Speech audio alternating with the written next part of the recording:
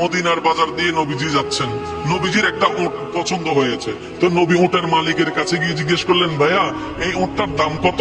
ওই দামাদামি হলো, নবী সে দামে কিনতে রাজি হলেন, কিন্তু নবীর কাছে তখন অর্থ ছিল না। তখন নবীজি ওনাকে বললেন, আপনি আমাকে উটটা দেন, আমি এখন গিয়ে আপনার সেই প্রাপ্যটা পাঠিয়ে দিচ্ছি। উটের মালিক ওনাকে উটটা দিয়ে দিলেন। আশেপাশে যারা উটের মালিক ছিল সবাই জিজ্ঞেস করতেছে, এই পাগলা, তুমি কি যাকে উট দিয়েছো তাকে চিনো? বলে যে না। নাম জানো? বলে যে না। পরিচয় জানো? বলে যে না। ঠিকানা জানো? না। তো তুমি যে উটটা দিয়ে দিলা, উনি যদি ওটার টাকাটা না ফাটায় তখন তো তুমি লসের মধ্যে চলে যাবা। সে উটের মালিক বলে, এত সুন্দর নুরানি চেহারাওয়ালা কখনো বাটপার হতে পারে না, কখনো চিটার হতে পারে না, কখনো মিথ্যুক হতে পারে না।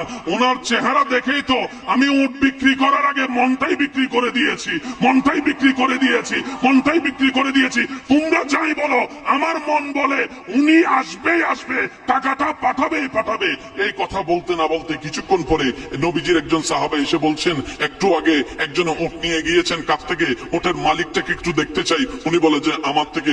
তো উনি বললেন, আমাদের নবী আপনার থেকে উটটা নিয়ে গিয়েছেন, ধরেন উটের টাকাটাও দিয়েছেন, আপনাদের খাবার জন্য কিছু খেজুরও হাদিয়া পাঠিয়েছেন, খেজুরও হাদিয়া পাঠিয়েছেন। ওই উটের মালিক বলে, ভাইয়া টাকাটাও রাখেন, খেজুরটাও রাখেন, আগে আমাকে ওনার কাছে নিয়ে যান।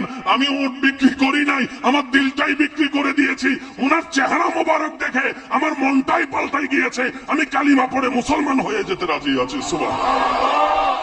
जिसका कोई सानी नहीं वो नबी हमारा है, मुस्तफा की अजमत का हद ही ना किनारा है। आशिक बोले लम याति नजीरु कफी नजरिन मिसले तुना शुदु पैदा जाना। চিৎকার দিয়ে বলেন না সুবহানাল্লাহ।